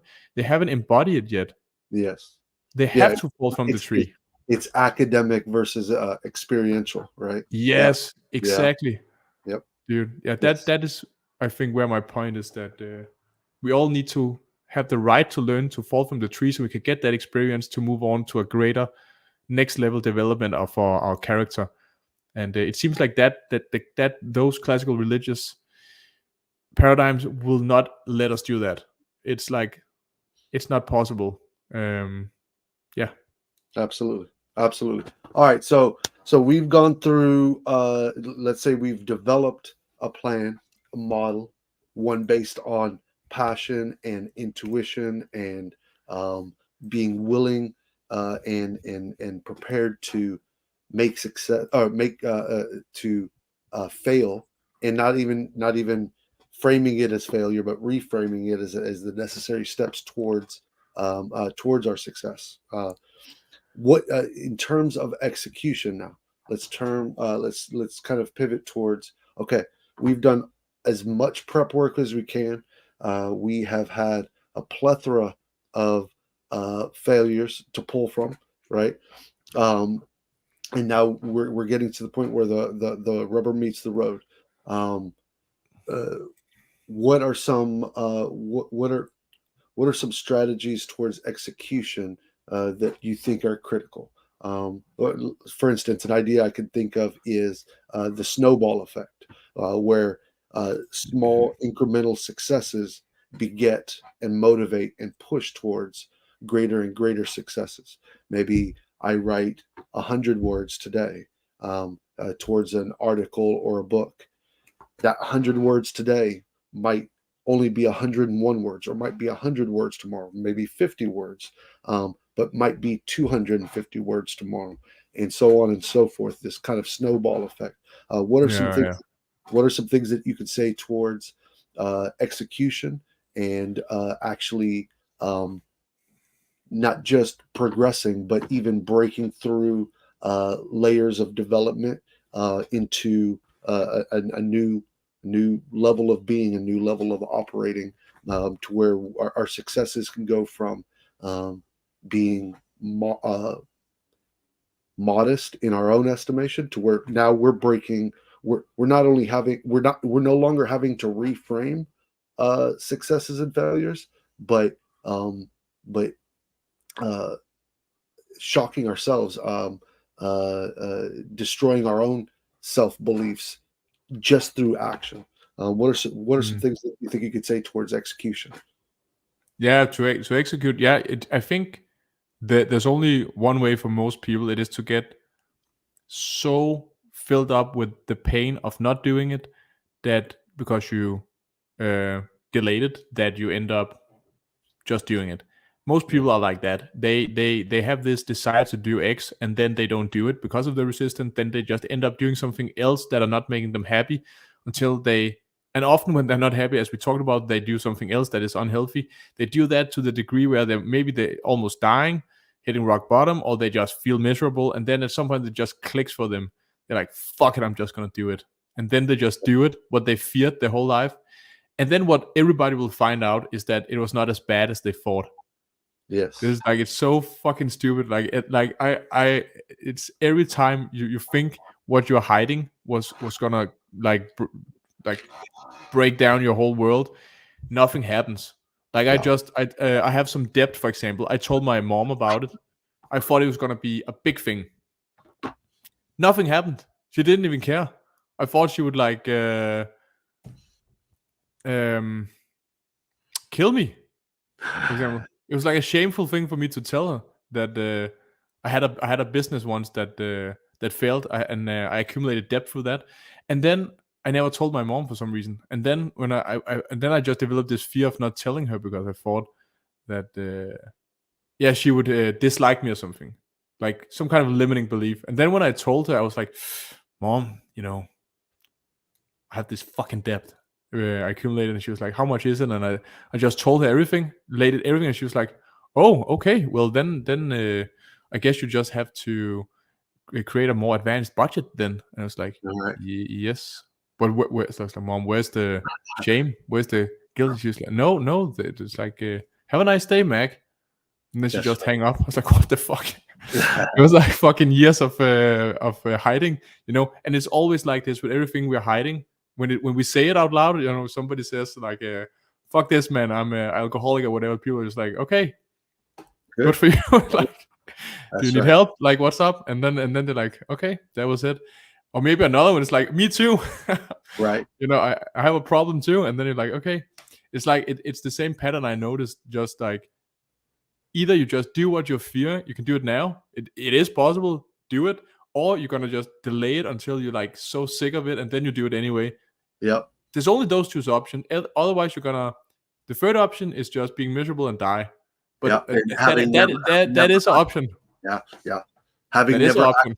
yeah, yeah. I think it's the worst option too, or at Yes. least it. What is it? Les Brown.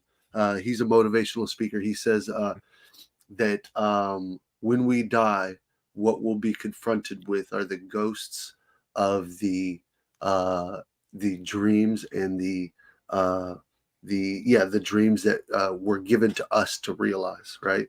Mm, And I think that if nothing else, true failure is that to never actually end up pursuing something that was yours to realize, right? yeah. I think coming back to something that you've said a couple of times already, that uh, we we all have a calling in some way, right? There was a reason why we've come um, or are here, something for us to do. And I think just about the only failure is to actually have never truly tried and been willing to fail in order to realize something, right? Um, yeah. Execution. So, Yeah. and coming back to something that you just said as well, is that I think you're exactly right that most of the time we'll try to do just about any kind of busy work that we can to avoid doing what we think we should or what we think we could until we get to a point where we either give up on our dream Or what I think happens quite often is that it's once our backs are against the wall that we end up actually moving on the thing that we've been avoiding, right? Um, yeah, Yeah. It's just that you have, as we talked about, you have a calling, you have a passion, something you need, to have to do. It can also be something you have to do that's not fun. Maybe you have to confess something also, but it's just you get callings. You need to do these things to move on. If you don't do them, you will just delay the process, and you have to do it again. If you do it, you can move on. This is just life, and then that's where you can indulge yourself in the flow state of the painter example, being the painter and the painting at the same time.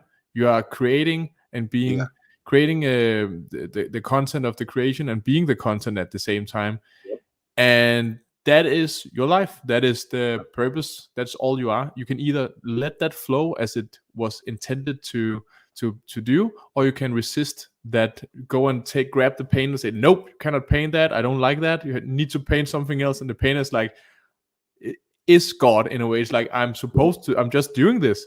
yeah. I have no choice. This Well, is reality unfolding itself, and you're yes, resisting it. yep, Getting all that resistance is the key to unlocking a life without fear, and a life of purpose and passion, and that's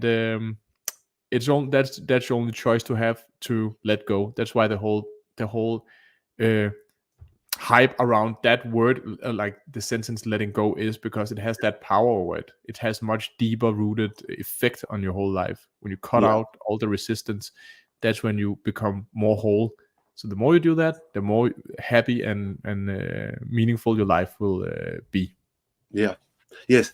Speaking of that, it reminds me of that painting, or that drawing, should I say, of the hand that is has the pencil in it, that's drawing a replica of itself, Mm. drawing itself Oh into shit. Yeah. an infinite spiral, right? I think you're exactly right that we're not only we're creating the dream as we're perceiving it.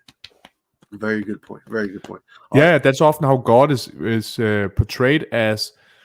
God is portrayed as the painter, painting in a free flow state, Yeah. so entranced in the painting that he forgets that he's the painter. you Exactly know right. that's Exactly. that's what's happening right now. Forgot that he's doing it. That's us right now, that he's Yeah. so in touched, embedded in the creative process of painting, that it's perfectly out of control you know Absolutely. Absolutely. All right. So last bit. This is the last segment. What is true success, Mac? True success, Yeah. I would say, it is 100% being your authentic self, unfolding itself. It cannot be anything else, Yep. whatever that leads to. And people would hate me for saying this. For some people, that is being a mass murderer. For some people, it's There's, something else. there's, It's like all these characters you've seen through the history, they all been themselves to some degree. They had a calling. Maybe they were like a full-blown psychopath, and they could only get relief out of killing people. They couldn't find anything else to do. They had a part to play in this big puzzle that we either understand or we reject. To don't We have resistance towards that these people exist. And it's like, for God's sake, they're like 2% of the populations are whole globally are psychopaths. It's not a coincidence they're here. For example, there's a reason they're here. Like, and people need to stop having resistance toward all these horrible aspects of our humanity, because collectively we're just pushing so much down in the shadow, in the back. And when we're not facing that, as the whole theme of this conversation was, shit starts to go south. When we reject the dark aspects of our humanity, we don't address it, we cannot solve it, because we are not even addressing that it's there. So success can only be, and truth, and it's like, yeah, true success is just following truth, the truth within you, and that truth is who you are. When you find your authentic self, you let that unfold without any resistance, and then you can. That's the only way to be yourself and be the perfect puzzle that you are in this giant, either more perfect puzzle, and it has a dark side and a positive side. So that is success, wherever that leads you. Yep. That will be the movie that you're watching right now in the cinema. Yeah. That movie, and you know, with movies, like often they end up good, like um I don't know, like it's Fairy crazy tale. stupid love, like these fucking stupid romantic movies. Sometimes they end up with you crying, like watching Terminator 2. No, Terminator, I was watching it going down in the flames, like, it's like, and you're watching the movie like, I didn't like that ending. Why is he dead? Maybe some movies ends like that. That Yeah. was a part of the movie. Your life, it can end in all kinds of ways. But as long as you are like true to yourself and being yourself, it you played the perfect brick in that your own movie. The sad part is if you did. Oh, here comes a twist. If you had resistance toward yourself, your authentic self, in that movie, that was the idea with that movie. If that Yes. makes, even though you shouldn't do it, Yep. that was the lesson for maybe another person to see how you shouldn't live them. Like, so it's a win-win situation no matter how you're living your life. If you live it with so much resistance to it, that becomes the meaning. If you live without resistance, that's also meaningful in some other aspects. So you cannot Yep. really. My point is, you cannot really fuck up. Yes. So there's a I can't remember what the movie is. It has the guy who just played Joker not too long ago. Oh yeah, Uh what his name is? yeah, what's it's the I don't know. have you ever seen Requiem for a Dream? Oh yeah, I Uh, love that movie. Jared Leto. Jared Leto. There's this movie with Jared Leto in it where a he plays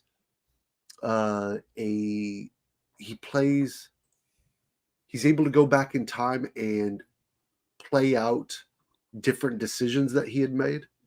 And he eventually gets to the end of the movie as an old man, and he ends up asking himself, I think, what path was the right path? Then there were an infinite number of paths essentially that he could have taken, and that he could have chosen any one of them. And the kind of the movie is the exploration of any of a good number of them. And he somebody asks him, or he asks himself, which life was the right life, which path was the right path, and his ultimate answer is that each one of them were the right life, each path was the right path. Yes.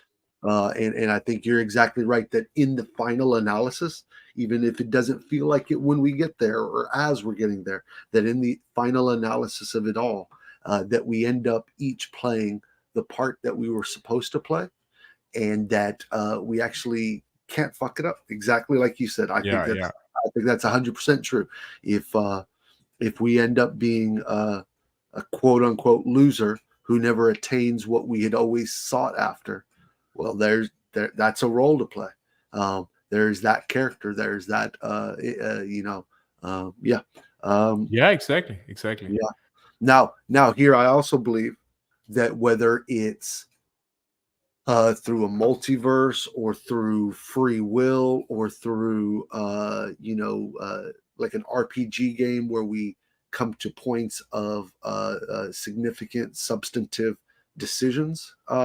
That I think that there perhaps are ways to decide which life is the right life, coming to a particular decision. And maybe it's the decision, maybe it's not, maybe it's fate, maybe it's all determined, but maybe there's an element of free will, maybe there's choice, maybe there is an accumulation of decisions that give us or present to us the options that are now available. But I also think that just as much as having a dream that we never realize, as that having been the right life or the character that we were supposed to play, that if at any point in time we chose to do something different or to do it differently, or chose to take a different strategy, different approach, that having been someone who had a dream and who realized it would have been just as much the character we should have or would have played or could have played as any other role or character, right? It's so crazy because on the one hand, ultimately in my worldview Mm. as a Gnostic, I hold both of those. I'm a hard determinist, and yet I believe in libertarian free will. Mm. I can get into the theological reasons why, but ultimately, actually, I will real quick. because I think Yeah, the of one course. Like I think it's. I want to I, hear your answer to it. yeah, Like, I think I think the God who's making the determination is the individual experiencing the free will. So that I think that hard determinism and libertarian free will are absolutely compatible interesting, a non-dualistic worldview specifically. I dude. don't. I came to the no shit. I came to the same conclusion as you just did. Yeah. I don't know how many came to that conclusion. I was Yes. struggling with Yeah. that, and that was the only way I solved it. There's many philosophers who came to that conclusion in different ways. Immanuel Kant, he came to the Uh-huh. same conclusion. He pushed the idea of free will. He had to push it, like all these concepts, like push it in outside of the realm of the thing, what he called the thing in itself. He put Uh-huh. all of these ideas there up there because so it ended up being a matter of fate because it was to his reasoning as a deterministic being, it was impossible to grasp the embodiment of freedom in a character. So he had to put it in the realm of where we could not grasp it. Like he had the same thing with infinity and the idea of something being finite, for example. He called these cannot even, that was a crazy word to use for it. Yeah, but either way, he there was just all of these categories he created that he said that we had to stop, think about, and just place them in that realm, that in God, because they are so advanced that we cannot grasp them. But I came to the same conclusion that as deterministic beings, the idea of freedom, essentially the form of freedom, the ideal form, is God. That is within the creative process coming from God, but it's not because we are deterministic, finite, like how it's not finite beings, but like limited beings in our understanding. We cannot grasp freedom fully. And it's like it's gonna be like we can get a glimpse of it in our intuition, which leads us to this conclusion now. That's what I believe. Like we're touched by the idea of it, like a shadow of the truth, like the shadow, like in Plato's cave. We get like a small Yes. glimpse of it. We can feel that must be the answer, that consciousness, that intelligence has the ability to, that's the only being that is able to generate without limitations, without cause and effect. It operates on a level that we cannot grasp with our small meaty brains, but still we can conclude that it must be possible. We cannot argue against that it's impossible, that such a being exists and that freedom can exist in a way we cannot understand. So I agree completely, and it's yeah, and if you come into the point of the idea that you have through this gnosis, that you have a unity with God from the point of yourself, and that God is operating through you. That means that freedom also operates in you right now, which it becomes then really interesting how the dynamic between determinism and free will is like an interacting process, Yes. entangled in each other. Yep. So it doesn't become so separable. It's like It's yin classic and yang. dualistic distinction. But then you Yeah. had like I don't know if you remember the Greek philosopher Plotin that came. He was like a Neo-Platonist. He tried to resolve the dualistic problem that if Oh, you know Plotinus. yeah, in English it's Yes. Plotinus. That's in Danish Yeah. is Plotin. But Yes. it's the same point that he's Yeah. actually like when you have light and darkness, that the light is like connected to the darkness Yeah. in some weird way, Yeah. interconnected, not separated in a Yeah. Yeah. dualistic sense.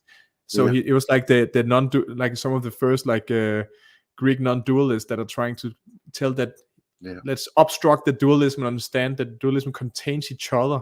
Yeah. It's like in the N- fabrication. Nargajuna uses the language of mutually co-arising. Yeah, exactly. And some of that's dangerous. Some of the Greek philosophers were deeply, um, like deeply embedded in what we seems like today Buddhist and Hinduistic thought, which is really Absolutely. remarkable because of the cultural distinctions back then regarding that they didn't cross culturally a lot of these ideas. So it seems like it just gives fuel to the argument of the idea of gnosis, that we as individuals, regardless of cultural conditioning, can reach these truth, regardless of the conditioning, that these truths are universally held within us. Absolutely. Absolutely.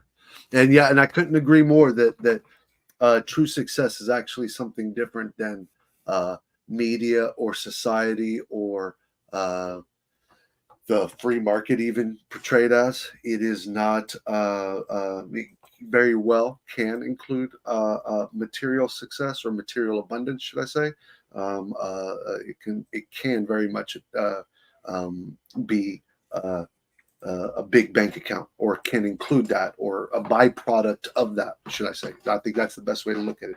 That financial abundance and success can oftentimes be a byproduct of true success, but that true success may very well be um, uh, living above a barn in an unconditioned room, um, uh, smelling horse manure all day, but having the ability to live your dream and live your passion, which is to be able to work with horses day in and day out, and to live in and amongst nature, and to find peace for a moment, even if it is like I think you were getting at with impermanence and permanence, even if it is only a glimpse, and even if it is only an experience that we taste and never really be able to hold to as unchanging, it is still nonetheless not something that is is about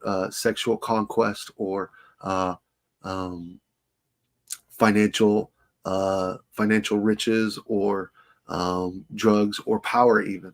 I think power is oftentimes uh, much more subtle than we think. Sometimes the power is in not having obligations rather than in having the ability to control other people or events around us. Sometimes the greatest power is in the ability to not have to control what happens, to be able Mm. to flow with it, or to surrender to the flow of life. That might sound cheesy, but in the heart of what that means, right? To be able to to surrender to what life has for you, as much as fighting for what you want in life.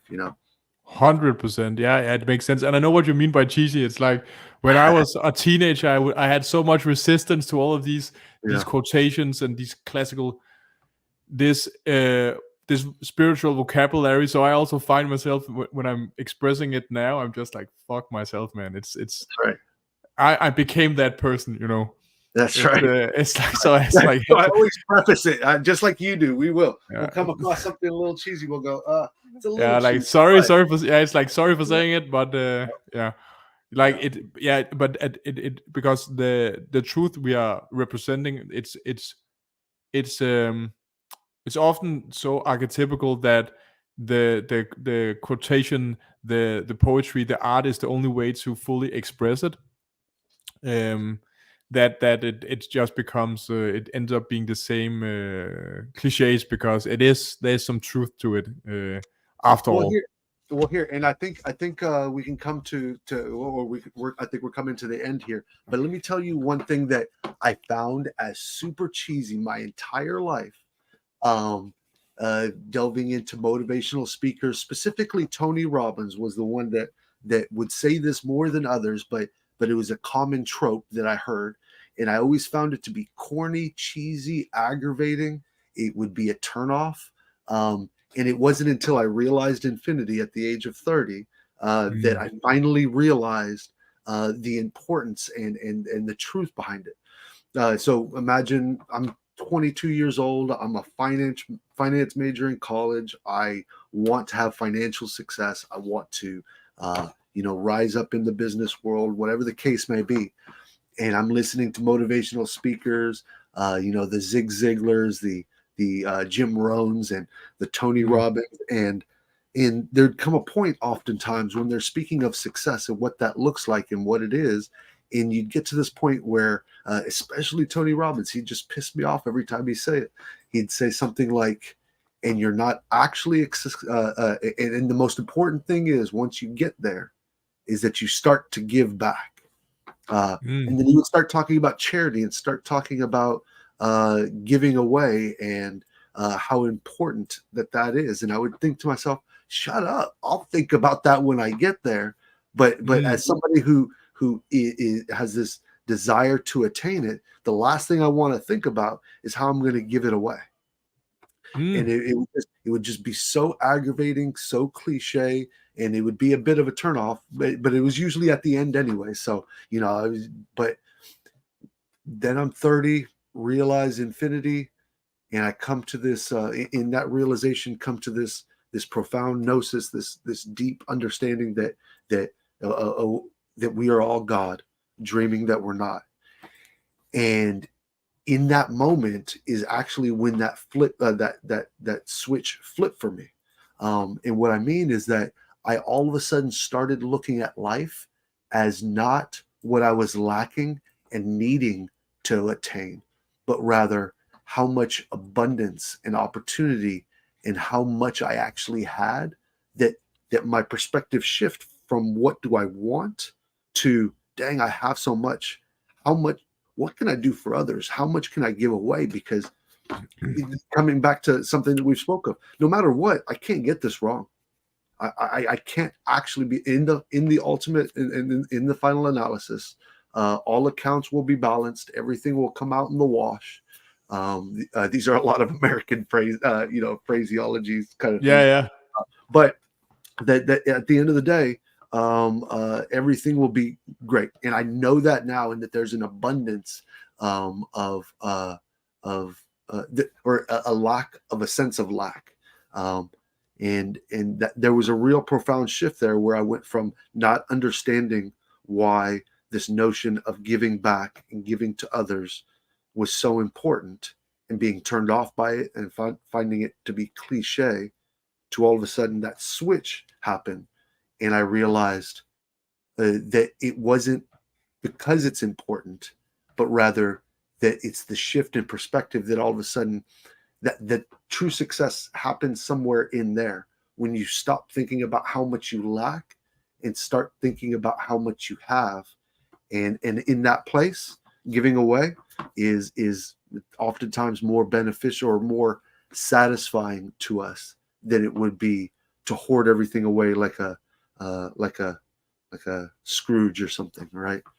Dude, yeah, and this is the classical pattern everyone goes through.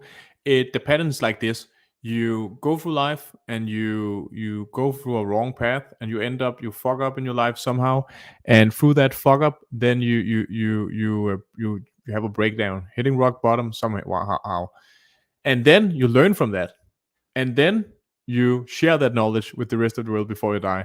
That's the like the archetypical pattern that you go through something. It doesn't matter what it is. It's like the classical. We talked about it in another talk. Like the best people to rehabilitate gang members is people who've been in a gang themselves. They've Absolutely. been through the whole shit. They didn't die. They came out alive out of the gang, and then they have the best skill set and knowledge about how it is from a phenomenological state of mind of how it is to be a gang member, and they understand them so well that when they speak to them they can resonate with them, that even the guy who studied gang mentality and culture, multiple PhDs, like he cannot resonate with them because Yeah. he doesn't really understand them Yeah. from their being. He only understands them from this intellectual logical perspective. And so the point is just, we will all fuck up in our lives, but the us that fucks up really badly in some area, we if we overcome it, then we are experts in that field. It's like taking Yeah. a PhD in Yeah. the mentality of whatever we fucked up in. The best people to treat alcoholics is people who've been alcoholics themselves. So that's the beauty of the perfection of the creation, that it doesn't matter how much you fuck up. If you overcome it, there's your gift, as about the charity and giving back. This is where you feel the urge of like, holy shit, I came over this. I know how much pain I was in. Imagine how would it feel if I could get 100,000 people out of this misery. That would feel damn good. It will make my life meaningful. And then you go and do that. And so yeah, and you can do that by fucking up. You can also, of course, be an expert in a field. You don't need to fuck up, but like, it's just saying that if you are just a genius, successful person, you never fuck up, and you study something intensely, yes, then you can also give back. You're an expert in the field. If you fuck up and destroy your life, you become an expert in the domain you fucked up, and then you can give back. So it doesn't matter which way it goes. That's what I mean when I say, be yourself passionately. let yourself go in that direction, because for some of us it is the path was to fuck up, hit rock bottom, and learn and bring that knowledge to the table to prevent future fuck ups. For some it isn't. For some it's just a smooth ride and a lot of skill setting, and then but they often don't become, as we talked about, they don't become the perfect coaches in the and role models in the areas regarding getting people out of these dark these dark activities.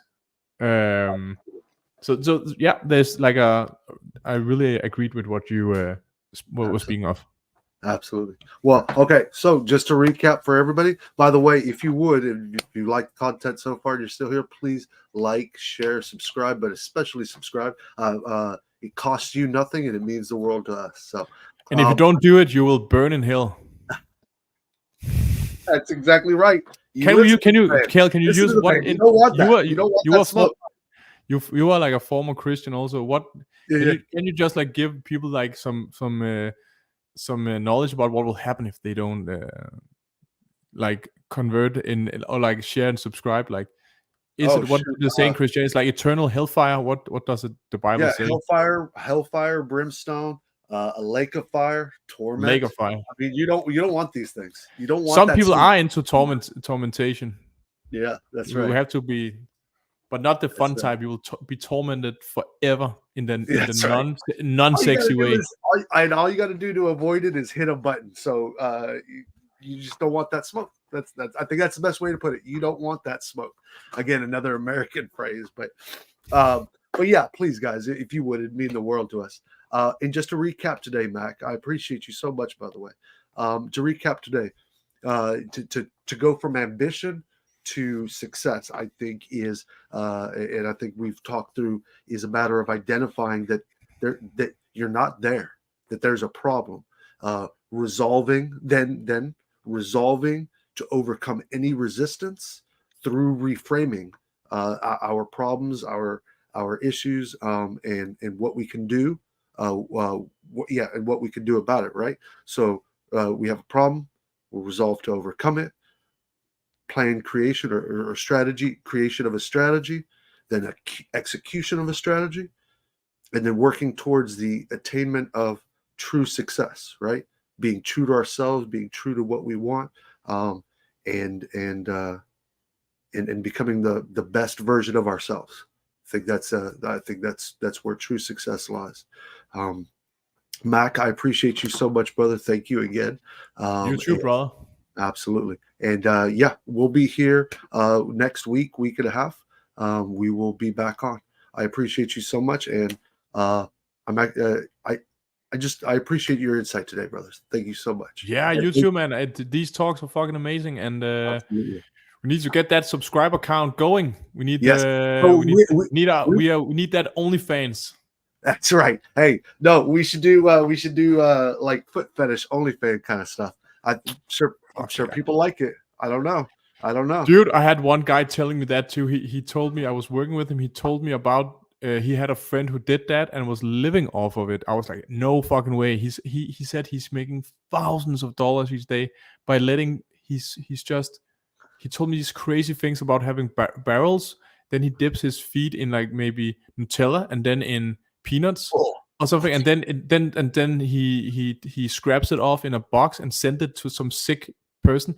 But that person paid him. That person is gonna eat that Nutella and peanut. And I'm just, after he told me, I was wondering if he said, you can totally do it, Mac. You can totally. I was like, what do you mean I can do it? Like, what do you mean that? Of course I can do it. But I had a limiting belief. I found out that it was not possible. And now I like, there's a potential here. Maybe this church will maybe have a few not many days left. If we can make that much money on doing that, I think we have to change the whole channel. That's right. So if you see us like feeds next time covered in Nutella, that's why. That's it. I appreciate you. Follow your passion. We set that ourselves. So by the way, I'm gonna have to shave my feet if we do that, but that's okay. I got good looking feet other than how hairy they are. But yeah, but that's good. Like some people dream of that. That's exactly right. You know how famous Chewbacca was? That's I love it. I love it. No, you're exactly right. I will call Chewbacca without we'll call hair. it chewy. That's We'll horrible. call it Chewy Nutella. Yes. Chewy Nutella. We'll make our own brand, brother. Yes. It will sell. Sadly, it will sell. It's fucked up. That's it. That's Okay, it. but thank you so much also for the Thank you, time Matt. and the talk, everything. See you in the next video. And Hey, you guys, everybody yes. come back and see us. Thank you, Mac. Kyle, Mac here. Heading out. Thank you guys so much. Have a great day. Take care. Bye.